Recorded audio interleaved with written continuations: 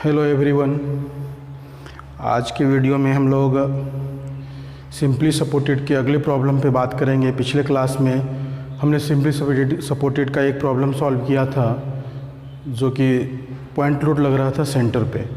अभी क्या है इस प्रॉब्लम में कि सिंपली सपोर्टेड पे यूनिफॉर्मली डिस्ट्रीब्यूटेड लग रहा है, वो भी पूरे इंटायर स्पैन पे। इस प्रॉब्लम को हम रीड करेंगे और इसके अकॉर्डिंग स्लोप एंड डिफ्लेक्शन निकालेंगे। कैसे निकालेंगे? तो निकालने का वही प्रोसेस है। सबसे पहले तो हम रिएक्शन निकालेंगे। तो चलिए हम लोग वो निकालते हैं और पहले क्वेश्चन को रीड करते हैं। रीड करने के बाद हम इसके डायग्राम को ड्रॉ करते हैं, उसके हिसाब से फिर प्रॉब्लम सॉल्व करते हैं। चलिए, तो एक सिंपली सपोर्टेड बीम है, उसका लेंथ L है। सबसे पहले सिंपली सपोर्टेड बीम का डायग्राम जो है, फिगर जो है वो ड्रॉ कर लें। ये हमारा सिंपली सपोर्टेड बीम है, एक तरफ हिंज और एक तरफ रोलर। क्लियर? अब कह रहा है इसका लेंथ कितना है, तो लेंथ L है। एक्टिंग ए uniformly distributed load W kilo newton per metre, वो भी कहाँ? पूरे इंटायर स्पेन पे। तो पूरे इंटायर स्पेन पे UDL लग रहा है, जिसको शॉर्ट में UDL कहते हैं। ये कितना लग रहा है? तो W kilo newton per metre. ठीक है, और बस और कुछ नहीं है। इसका लेंथ गिवन है, लेंथ कितना है? तो ये लेंथ L है और कुछ भी नहीं है। इस पॉइंट का नाम A दे दें और इस पॉइंट का नाम B दे दें। हिंज सपोर्ट है तो यहाँ पे दो रिएक्शन डेवलप करेगा जो पिछली क्लास में हम बात कर चुके हैं। ये रिएक्शन RA हो जाएगा इस पॉइंट के अकॉर्डिंग, इसका नेम पड़ेगा, और हॉरिजॉन्टल रिएक्शन भी लगेगा जो HA हो जाएगा। रोलर सपोर्ट पे एक ही रिएक्शन लगता है, वो भी direct only vertical reaction point के अकॉर्डिंग, इसका नेम RB हो जाएगा। क्लियर? बस यही तीन अननोन है जो मुझे फाइंड आउट करना है, हम लोगों को फाइंड आउट करना है। तो इसे फाइंड आउट करने के लिए क्या करते हैं? Using equilibrium equation. Using equilibrium equation use करते हैं। तो पहला इक्वेशन क्या है? तीन इक्वेशन होता है इक्विलिब्रियम इक्वेशन। फर्स्ट क्या है? Summation of Fx is equal to 0। X direction में जितना भी फोर्स है, तो इस फिगर में कितना है? सिर्फ एक ही फोर्स है, HA इज इक्वल टू 0। तो ये हमारा 0 हो गया। दूसरा summation of Fy is equal to 0। Y direction में मतलब विथ साइन, तो हम लोग क्या करते हैं कि अपवार्ड को पॉजिटिव लेते हैं और डाउनवार्ड को नेगेटिव लेते हैं। तो यहाँ पे क्या हो रहा है कि दो फोर्स लग रहा है और तीसरा UDL है, तो UDL को भी फोर्स में कन्वर्ट करेंगे। तो RA प्लस RB ये दोनों अपवार्ड है, डाउनवार्ड UDL लग रहा है। तो UDL को फोर्स में कन्वर्ट करने के लिए जितने डिस्टेंस पे UDL लग रहा है उतने डिस्टेंस से मल्टीप्लाई करेंगे। यहाँ पे कितने डिस्टेंस पे UDL लग रहा है? तो L डिस्टेंस पे लग रहा है, यानी पूरे स्पेन पे लग रहा है। तो W इंटू L ये हो गया हमारा पॉइंट लोड। क्लियर? अब ये पॉइंट लोड कहाँ एक्ट करेगा? तो अपने सेंटर पे एक्ट करेगा, इज इक्वल टू 0। तो यहाँ से हमारा आ गया RA plus RB is equal to WL। ठीक है, ये इक्वेशन फर्स्ट था, ये इक्वेशन सेकंड था, और ये हमारा इस इक्वेशन को हम मान लें A इक्वेशन। कोई दिक्कत? तीसरा इक्विलिब्रियम इक्वेशन क्या है जो लास्ट है? वो हमारा है bending moment about any point. तो हम यहाँ पे लेते हैं bending moment, taking bending moment about B from A। Clear? ये प्रोसेस से चलना है सॉल्व करने के लिए बोर्ड के एग्जाम में, डायरेक्ट नहीं सॉल्व करना है।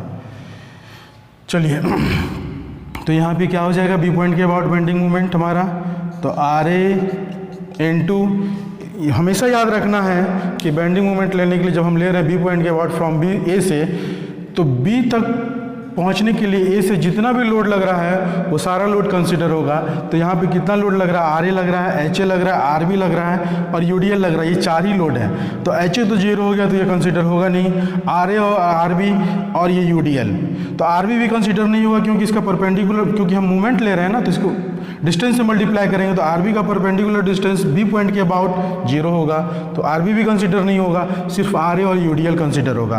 तो RA का परपेंडिकुलर डिस्टेंस कितना है B पॉइंट तक? L है, तो RA इंटू L माइनस ये क्या था हमारा? RA की क्लॉकवाइज लोड लगी है, मूवमेंट डेवलप कर रहा था तो क्लॉकवाइज को पॉजिटिव लिए। यूडीएल के कारण मूवमेंट कौन सा हो रहा है, एंटी क्लॉकवाइज, क्योंकि यूडीएल डाउनवर्ड लग रहा है तो एंटी क्लॉकवाइज के कारण हमारा साइन क्या होगा, माइनस होगा। तो माइनस यूडीएल कितना है, W इंटू एल। ये बताएं कि यूडीएल पॉइंट लोड नहीं होता, उसको पॉइंट लोड में कन्वर्ट करना पड़ता है। तो कन्वर्ट करने का प्रोसेस बता चुके हैं कि जितने डिस्टेंस पे यूडीएल लग रहा है उतने डिस्टेंस से मल्टीप्लाई करेंगे तो वो पॉइंट लोड में कन्वर्ट हो जाएगा। क्लियर। तो ये पॉइंट लोड हो गया। अब ये पॉइंट लोड कहाँ एक्ट करेगा, तो ये पॉइंट लोड अपने सेंटर पे एक्ट कर रहा है। ये है इसका सेंटर, तो आपको समझाने के लिए दिखा रहा है कि ये point load W into L लग रहा है। क्लियर। अब ये इसका यहाँ से यहाँ तक का डिस्टेंस क्या होगा, L/2 होगा, क्योंकि सेंटर पे लग रहा है ना। तो ये डिस्टेंस L/2 परपेंडिकुलर डिस्टेंस, तो इंटू L/2।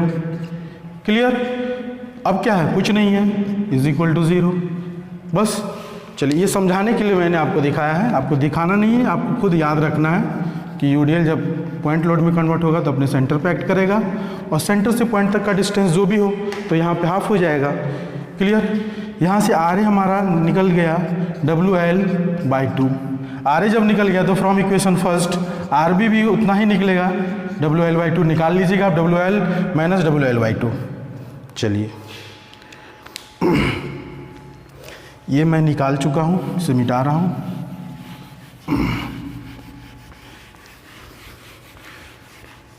अब हमारा रिएक्शन फाइंड आउट हो चुका है।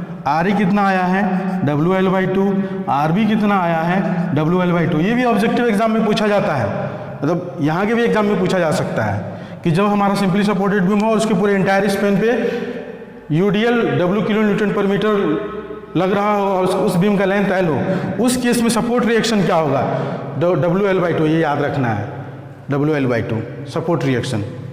क्लियर। अब क्या करेंगे, सेक्शन लेंगे, तो सेक्शन कंसीडर कर रहे हैं। सेक्शन हमारा XX, ये कितने डिस्टेंस पे है, तो ये मतलब X डिस्टेंस पे है फ्रॉम पॉइंट A या from support A। Clear.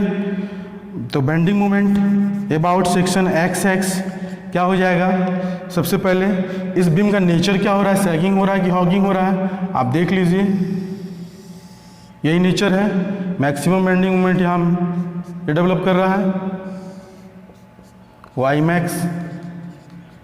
Sagging है तो ये पॉजिटिव होगा, तो हम दोनों का सबसे पहले RA को लेंगे, तो RA क्या हो जाएगा, WL/2 इंटू इस सेक्शन के अबाउट मोमेंट ले रहे हैं तो WL/2 into x. Clear. Minus UDL के कारण जो लोड होगा, तो यूडीएल इतने डिस्टेंस पे हम ले रहे हैं ना, क्योंकि ये सेक्शन कट कर रहे हैं फ्रॉम सपोर्ट ए, बाकी सेक्शन के बाद वाला जो पार्ट है उसको भूल जाना है आपको, इसी सेक्शन को याद रखना है, इतने ही पोर्शन को। तो ये यूडीएल कंसीडर हो रहा है, तो W इंटू ये यूडीएल कितने डिस्टेंस पे लग रहा है, तो X डिस्टेंस पे, ये पॉइंट लोड में कन्वर्ट हो गया। अब इसका पॉइंट लोड कहाँ एक्ट करेगा, तो अपने सेंटर पे एक्ट करेगा। सेंटर से इस सेक्शन तक का डिस्टेंस क्या हो जाएगा, हाफ हो जाएगा, इंटू X/2 हो जाएगा। क्लियर। तो ये हो गया हमारा WL/2 into x minus WX²/2। ये bending moment about section XX निकल चुका है। ठीक है पूरा। अब ये पॉजिटिव होगा क्योंकि नेचर सैगिंग है। अब क्या करेंगे, यूजिंग डिफरेंशियल इक्वेशन, क्योंकि हमें स्लोप एंड डिफ्लेक्शन निकालना है, वो भी डबल इंटीग्रेशन मेथड से। अभी डबल इंटीग्रेशन ही हम लोग पढ़ रहे हैं, अब अगले क्लास में हम लोग मैकॉलेज मेथड पढ़ेंगे यूजिंग डिफरेंशियल इक्वेशन। तो डिफरेंशियल इक्वेशन ड्राइव करके ला चुके हैं पिछले क्लास में। EI/d²y/dx² is equal to -m होगा। अब m यहाँ निकल चुका है, इसको पुट कर दीजिए यहाँ पे, m का मतलब -mxx, ये हो जाएगा हमारा -WL/2 into x minus WX²/2। ये आ गया। माइनस को भी अंदर लेके चले जाते हैं, मल्टीप्लाई कर देते हैं, तो ये -WL/2 इंटू एक्स, ये माइनस माइनस प्लस WX²/2।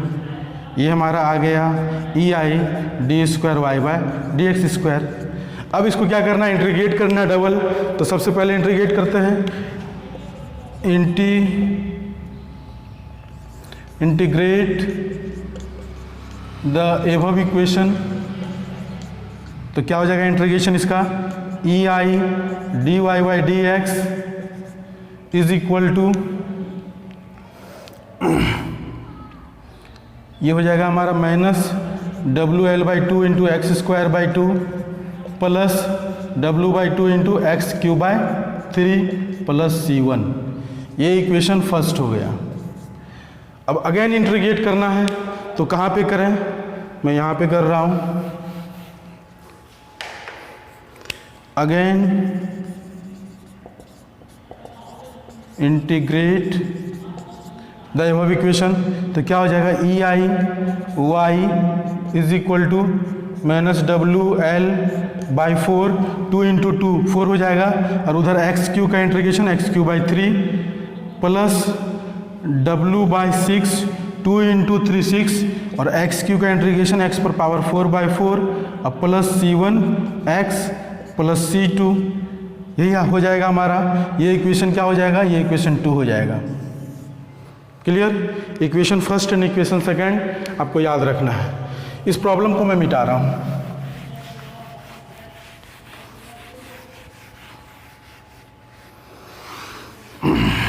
चलिए अब क्या करना है, C1 and C2 find out करना है। C1 and C2 find out करने के लिए क्या करेंगे, तो यूजिंग बाउंड्री कंडीशन, तो यूजिंग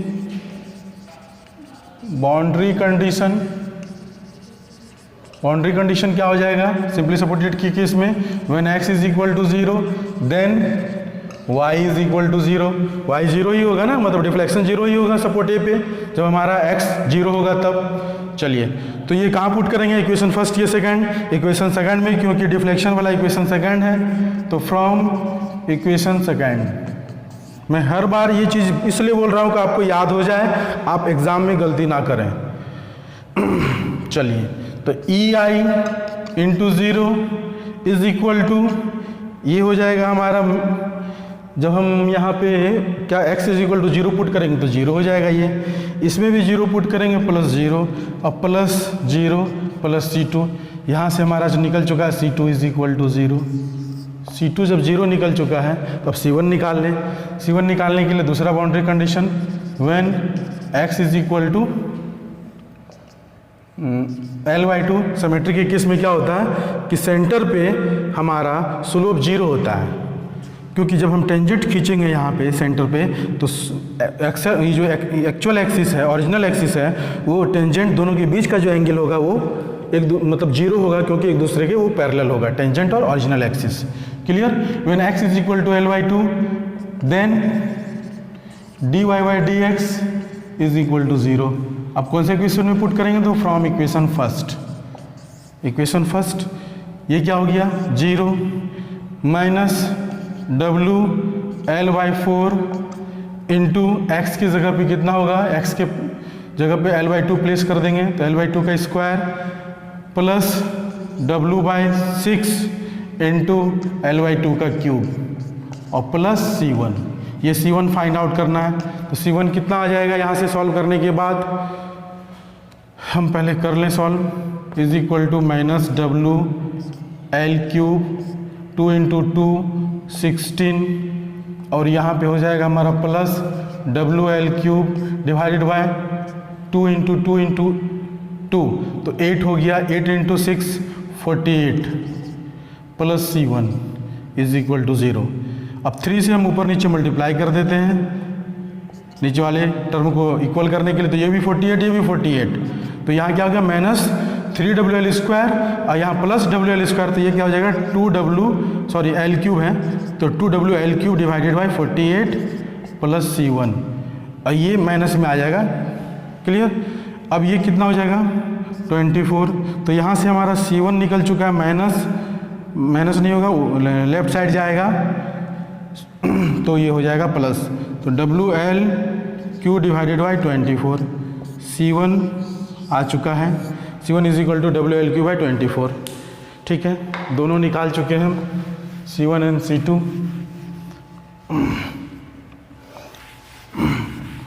अब क्या करना है, C1 C2 निकल चुका है, तो अब स्लोप एंड डिफ्लेक्शन निकाल लेना है, तो स्लोप निकाल लेते हैं हम। तो हमारा स्लोप कहाँ निकालना है, मैक्सिमम स्लोप निकालना है, स्लोप एट सपोर्ट निकालना है, तो स्लोप एट सपोर्ट भी निकाल लें। तो निकाल लेते हैं कि when x is equal to 0 then dy by D x is equal to theta A. Clear? From equation first में ही पुट करेंगे क्योंकि वो फर्स्ट ही स्लोप का इक्वेशन है। फ्रॉम इक्वेशन फर्स्ट तो E I into theta A is equal to minus ये वाला टर्म पूरा जीरो हो जाएगा क्योंकि x के प्लेस पे हम जीरो पुट करेंगे। तो 0 प्लस 0 और प्लस C1 कितना है? C1 यहाँ फाइंड आउट कर चुके हैं कि WL³ बाय 24 ये C1 है। E I theta A is equal to इतना, तो theta A is equal to कितना हो जाएगा? तो WL³ बाय 24 ई आई। ये आपको याद रखना काफ़ी इम्पोर्टेंट है, काफ़ी इम्पोर्टेंट है, हमेशा याद रखना लाइफ टाइम तक। क्लियर? पॉइंट लोड में क्या था स्लोप? तो वहाँ पे PL²/16 ही आई। अगर पॉइंट लोड हम P लिए होंगे या W जो भी लिए हैं, तो अगर P लिए होंगे तो PL²/16 ही आई, अगर W लिए होंगे तो WL²/16 ही आई। क्लियर? चलिए थीटा ए यहाँ से निकल चुका है हमारा। अब हम क्या निकाल लें? मैक्सिमम डिफ्लेक्शन निकाल लें। मैक्सिमम डिफ्लेक्शन निकाल लेते हैं। मैक्सिमम डिफ्लेक्शन निकालने के लिए क्या करेंगे? Qn कहाँ होगा मैक्सिमम डिफ्लेक्शन? तो x is equal to L/2, then y is equal to y max. From equation second तो E I y max is equal to minus WL 4 into 3 12 into x के प्लेस पे कितना put होगा? L/2 का cube. चलिए plus W bye 6 into 4 24, एक x के place पे L/2 पर पावर 4 प्लस C1 कितना है? WL³ बाय 24 और into x L/2 plus C2 0 आया था हमारा। क्लियर? यहाँ से अब सॉल्व कर लें, सॉल्व कर लें, क्या हो जाएगा ये? तो माइनस WL पर पावर 4 2 इंटू 2 इंटू 2 8 और इंटू 12 96, ये हो गया हमारा प्लस 2 इंटू L पर पावर 4 मतलब W इंटू L पर power 4 divided by 24 into 16 24 into 16 plus WL पर पावर 4 बाय 48 24 इंटू 2 48। चलिए अब कितना ले लें हम यहाँ से कॉमन? ले लेते हैं कॉमन। इस फिगर को मैं मिटा रहा हूँ, इसकी ज़रूरत नहीं है।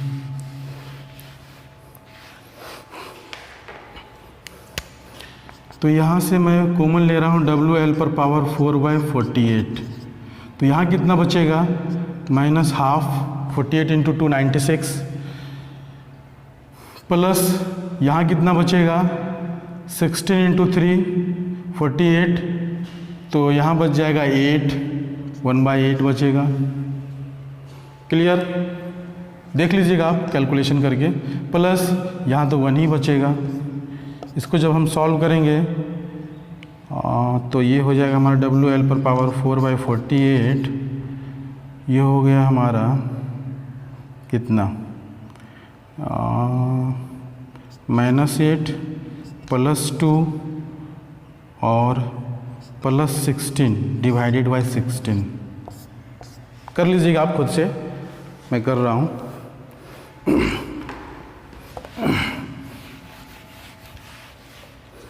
तो ये हो जाएगा हमारा,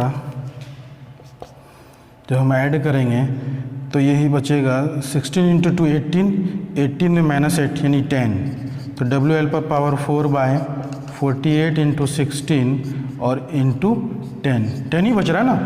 18 - 8 इज इक्वल टू 10, तो ये 2 से 5 और ये 8, तो 48 इंटू 8 कितना हो जाएगा? कर लें हम 384। तो ये आ गया हमारा WL पर पावर 4 बाय 5 भी आ जाएगा, ये वाला 5 इज इक्वल टू 384।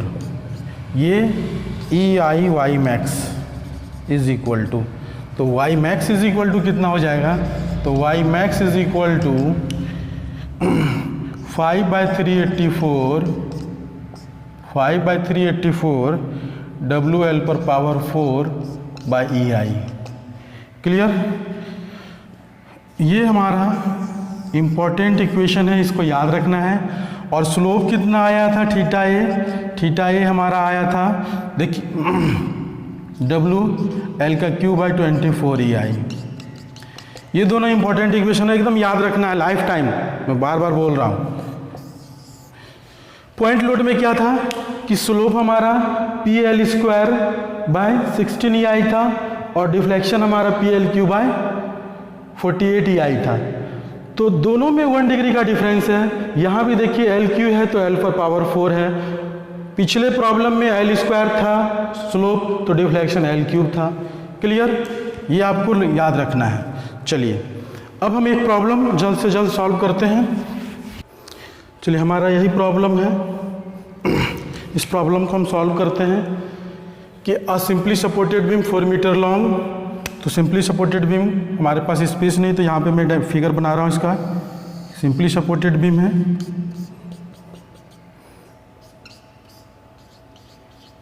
ये कितना है 4 मीटर लॉन्ग है, लेंथ 4 मीटर गिवन है इसका। ठीक है, आगे क्या कह रहा है, carry uniformly distributed load of 40 kilo newton per metre. अब इस पे क्या लग रहा है, uniformly distributed load 40 kilo newton per metre पूरे स्पेन पे लग रहा है। Carries a uniformly distributed load of 40 kilo newton per metre on the entire span, on the entire Spain, यहाँ पे ये मिसिंग है। And a concentrated point load 70 kilo Newton at mid span। Mid Spain पे point load लग रहा है, वो भी 70 किलो न्यूटन, 70 किलो न्यूटन। तो ये डिस्टेंस कितना हो जाएगा 2 मीटर, और ये भी डिस्टेंस 2 मीटर क्योंकि सेंटर पे लग रहा है। मिड स्पेन का मतलब centre. Find the maximum deflection of the beam, find slope at the ends. Take E is equal to 2.1 × 10⁸ kilo newton per metre square and I moment of inertia is equal to 8.98 × 10⁻⁻5 metre per power 4। ठीक है, ये given है। अब इस point का नाम हम A दे दें, इस पॉइंट का नाम B दे दें। इस प्रॉब्लम को मिटा रहे हैं, यही इतना ही प्रॉब्लम था। उस प्रॉब्लम को देख करके मैंने फिगर ड्रॉ किया। अब निकालना क्या है, तो स्लोप एंड डिफ्लेक्शन। स्लोप कहाँ निकालना है, तो सपोर्ट पे निकालना है, और डिफ्लेक्शन कहाँ निकालना है, तो मैक्सिमम डिफ्लेक्शन निकालना है। चलिए तो सबसे पहले क्या करेंगे, रिएक्शन निकाल लेंगे। रिएक्शन, ये पॉइंट RA हो जाएगा और ये हमारा HA हो जाएगा, ये RB हो जाएगा बस। तो using equilibrium equation, equilibrium equation को यूज़ करते हैं। Summation of Fx is equal to 0, x direction में देखिए इस फिगर में भी एक ही फोर्स है, HA 0 हो जाएगा, खत्म। दूसरा equation summation of Fy is equal to 0, y direction में कितना फोर्स है, तो यहाँ पे ज़्यादा फोर्स है, RA प्लस RB माइनस 70 और माइनस UDL। तो UDL 40 इंटू कितना हो जाएगा 4, क्योंकि 4 पे लग रहा है, पूरे स्पेन पे लग रहा है UDL इज इक्वल टू 0। यहाँ से हमारा RA plus RB is equal to कितना हो जाएगा 4 इंटू 4 160 और प्लस 70 230। ये हो गया हमारा इक्वेशन A, ये इक्वेशन 2। क्लियर? अब बेंडिंग मोमेंट लेंगे, तो taking bending moment about B from A, तो क्या हो जाएगा RA इंटू 4 माइनस 70 इंटू 4/2 क्योंकि मिड स्पैन पे लग रहा है तो हाफ हो जाएगा 2 minus 40 into 4/2 is equal to 0। यहाँ से हमारा RA कितना कैलकुलेट होके आ रहा है, कर लीजिए कैलकुलेट। 2 से ये कैंसिल 2, ये भी कैंसिल 2, तो 4 × 4 16 2 320, 320 और 140, 320 और 140 कितना हो गया, 320 और 140 460। क्लियर। तो 460 डिवाइडेड बाई 4, ये वाला 4 जो RA के साथ मल्टीप्लाई है, तो यहाँ पे कितना हो जा रहा है 115 किलो न्यूटन RA आ गया है। 115 जो RA आ चुका है, तो इस इक्वेशन से फ्रॉम इक्वेशन A RB कितना हो जाएगा आप चेक कर लें, तो 230 माइनस 115, तो ये भी इतना ही आएगा क्योंकि सिमेट्री सेक्शन है इसलिए दोनों सेम आता है। क्लियर। RA RB दोनों 115 आ चुका है। चलिए अब क्या करना है, अब सेक्शन कंसीडर करना है, तो सेक्शन कंसीडर कर रहा हूं मैं।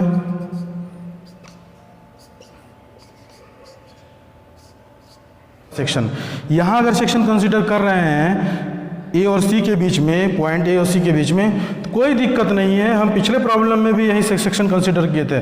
बस ये ध्यान रखना है कि हम वैसे जगह पे सेक्शन कंसीडर करेंगे जहां की लोड उस सेक्शन के बिफोर आ रहा हो। बेंडिंग मोमेंट लेने से पहले लोड आ रहा हो, अगर लोड नहीं है तो बेंडिंग मोमेंट ही डेवलप नहीं करेगा। तो कैंटिलीवर में खास करके ये ध्यान रखना पड़ता है। क्लियर। चलिए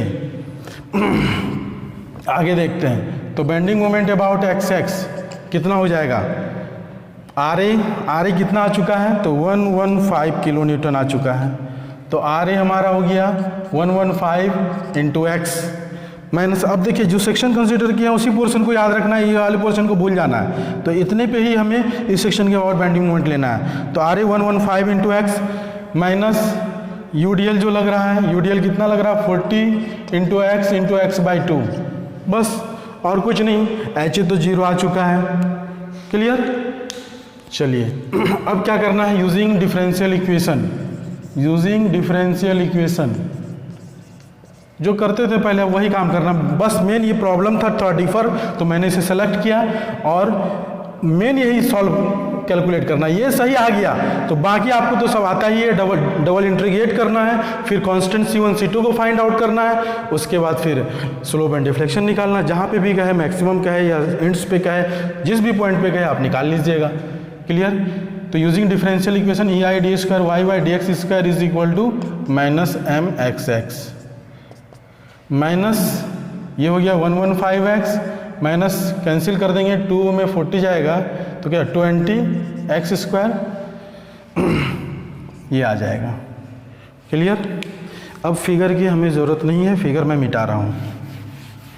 अगर आप देखना चाहें तो फिर से आप बैक जाएं और वहाँ देख लें फिगर।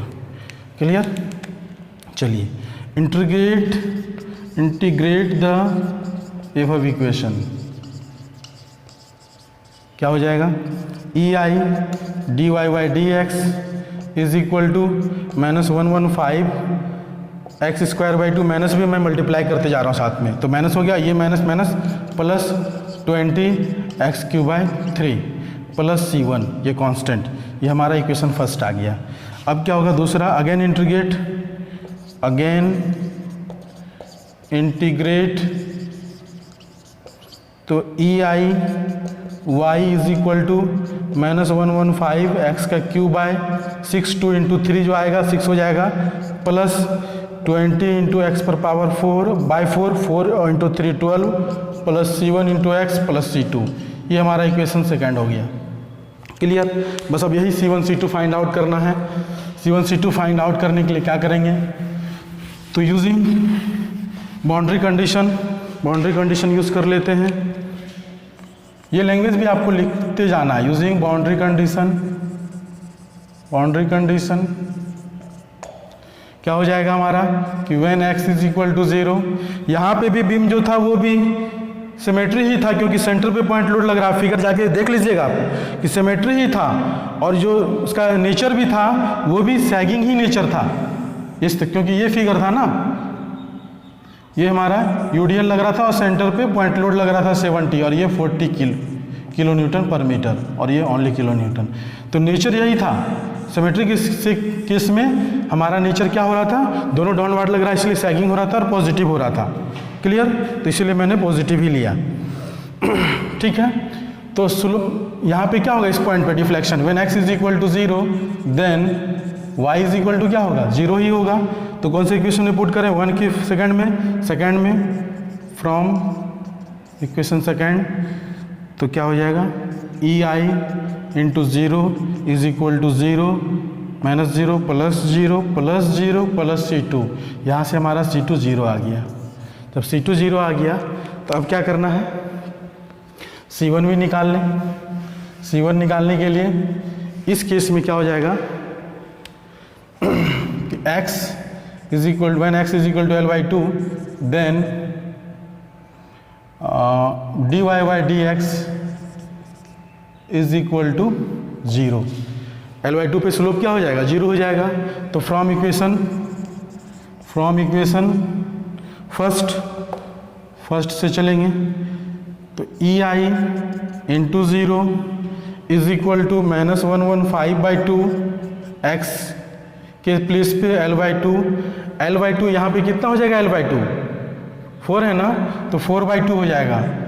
4/2 बोले तो 2 हो जाएगा, तो यहाँ पे हम लोग 2 पुट कर देते हैं डायरेक्ट, L अभी लाने की ज़रूरत नहीं है।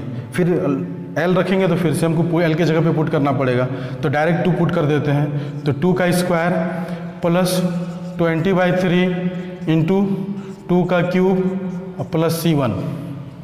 अब C1 यहाँ से कितना आ गया हमारा, इसको आप सॉल्व कीजिएगा तो C1 आ जाएगा 530 डिवाइडेड बाई 3। क्लियर? ये C1 आ चुका है। C1 इतना आ गया, तो अब हम यहाँ से क्या निकाल लें, स्लोप एंड डिफ्लेक्शन निकाल लें। स्लोप एंड डिफ्लेक्शन निकालने के लिए क्या करेंगे कि पहले स्लोप निकाल लें। तो when x is equal to 0 then dy by dx is equal to theta E. Theta E कितना हो जाएगा, तो हम इक्वेशन कौन से में पुट करेंगे, फर्स्ट में। तो EI theta E is equal to minus 115/2 into x 0 plus 20/3 into x 0 plus C1 यहाँ से हमारा आ चुका है कितना, 530/3। ये EI theta A is equal to, अब theta A is equal to क्या हो जाएगा, 530/3 EI। अब EI का भी क्वेश्चन में रिजल्ट गिवन है, उसको यहाँ पर पुट करके आप उसे सॉल्व कर लीजिएगा। जो भी आएगा वो रिजल्ट रेडियन में होगा, क्लियर? जो भी रिजल्ट आएगा वो रेडियन में होगा, आप पुट करके खुद से सॉल्व कर लीजिएगा। थीटा ए निकल चुका है, मेन यही समझाना था बस। थीटा ए निकल चुका है, अब क्या निकालना है हमें, थीटा बी भी इतना ही होगा। अब निकालना है डिफ्लेक्शन। तो डिफ्लेक्शन निकालने के लिए when x is equal to, वो भी मैक्सिमम डिफ्लेक्शन, तो मैक्सिमम डिफ्लेक्शन कहाँ होगा, सेंटर पे होगा। x is equal to L/2, तो then y is equal to y max. तो फ्रॉम इक्वेशन सेकंड, तो EI y max is equal to minus 11 L/2 का मतलब 4/2 बार, वही याद है L/2, तो इसीलिए मैंने L/2 ही लिख रहा हूँ। आप देख लें L की जगह पे क्या है, 4 है, तो 4/2 इज इक्वल टू 2। ठीक है, तो EI 1 माइनस 115 इंटू 2 का क्यूब बाई 6, इस इक्वेशन में पुट कर रहे हैं, 2 का क्यूब बाई 6 प्लस 20/12 इंटू 2 पर पावर 4 और प्लस C1 कितना आया था, 530/3 इंटू x यानी 2 और प्लस C2 0। यहाँ से हमारा y मैक्स आ जाता है, कैलकुलेट करके आप देख लीजिएगा 680/3 EI। क्लियर? यही इसका आंसर है। EI का भी रिजल्ट आप पुट करके देखें, यही इसका आंसर है। चलिए ओके, आज के लिए बस इतना ही। अगले क्लास में हम मैकॉलेज मेथड पे बात करेंगे, उसके बाद slope and deflection complete. Okay, thank you.